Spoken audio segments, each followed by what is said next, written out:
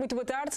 O primeiro-ministro Ulisses Correia e Silva disse no seu discurso, que abriu o debate hoje no Parlamento, que Cabo Verde vive momentos difíceis com a crise económico-social derivada da pandemia, a crise energética mundial, a seca e uma elevada dívida pública agravada com a pandemia que afeta a capacidade de funcionamento do Estado. Correia e Silva elenca também várias medidas tomadas pelo Governo para aliviar a crise, garantindo assim a segurança sanitária do país, aumentando a resiliência e diversificando a economia, sem deixar de falar na meta e no propósito da Agenda 2030.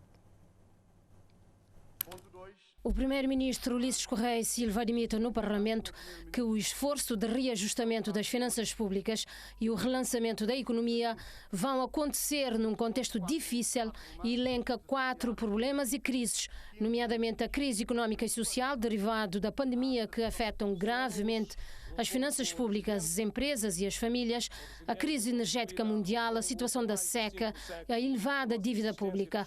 Ulisses Correia e Silva começa por mostrar como é que o seu governo se comportou para superar os 3 anos consecutivos da seca severa, mais a pandemia da Covid-19. Mitigamos os efeitos da seca, protegemos o emprego, as empresas e as famílias face à grave crise económica provocada pela pandemia. Estamos a conseguir elevados níveis de vacinação que colocam Cabo Verde entre os países com vacinação mais elevada no mundo. Progressivamente, as medidas para a recuperação, estabilização e aceleração do crescimento económico vão produzindo efeitos.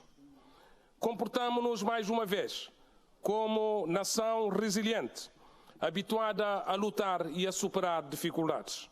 O turismo começa a dar sinais de retoma. Hotéis reabriram, navios cruzeiros começam a chegar aos nossos portos e os trabalhadores estão a regressar ao trabalho, particularmente nas ilhas turísticas do Sal e da Boa Vista. Medidas de proteção às empresas e ao emprego, como o layoff simplificado, as moratórias, linhas de crédito para apoio à tesouraria das empresas, têm sido prorrogadas.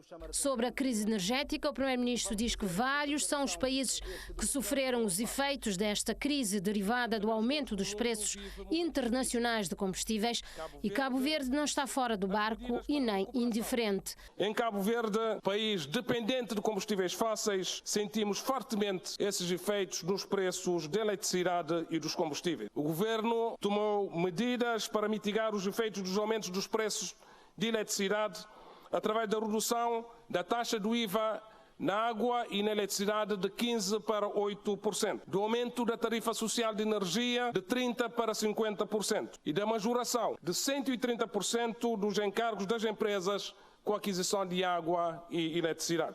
Ulisses Correia e Silva também destaca os investimentos públicos em curso para mitigar os efeitos da seca no país. A seca prevalecente no país, apesar das chuvas deste ano, exige ainda um programa de mitigação dos efeitos sobre a agricultura, para apoiar os agricultores, os criadores de animais e as famílias rurais. Para responder à crise pandémica, o chefe do governo cita o plano de relançamento da economia pós-pandémica e destaca, por outro lado, a prioridade no plano social. No plano social, a grande prioridade é reduzir a pobreza absoluta, erradicar a pobreza extrema e promover a ascensão económica e social das famílias, para que haja sustentabilidade na saída da pobreza. Um forte programa vai ser lançado, com foco no rendimento, na habitação, na educação, na saúde, em cuidados, na inclusão produtiva e na economia social e solidária, sem esquecer a igualdade e equidade de género e a coesão territorial. Ulisses Correia e Silva apela à consciência de que a retoma económica do país é extremamente exigente hoje e reafirma que, no contexto atual, as prioridades são a garantia da segurança sanitária, o alívio da dívida pública, o aumento da resiliência e diversificação da economia e, num tom otimista, afirma: temos que vencer os desafios atuais e orientar o país para o futuro, através de transformações estruturais para atingirmos os objetivos do desenvolvimento sustentável.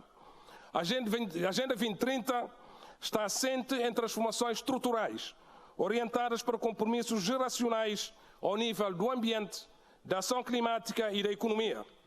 Trata-se de uma abordagem de políticas com efeitos a médio e a longo prazo. Na conclusão da sua intervenção, Ulisses Correia Silva disse que o propósito da Agenda 2030 é atingir o desenvolvimento sustentável com base na criação de oportunidades e lembrou que atingir os ODS é um compromisso geracional que deve mobilizar todos os cabo-verdianos.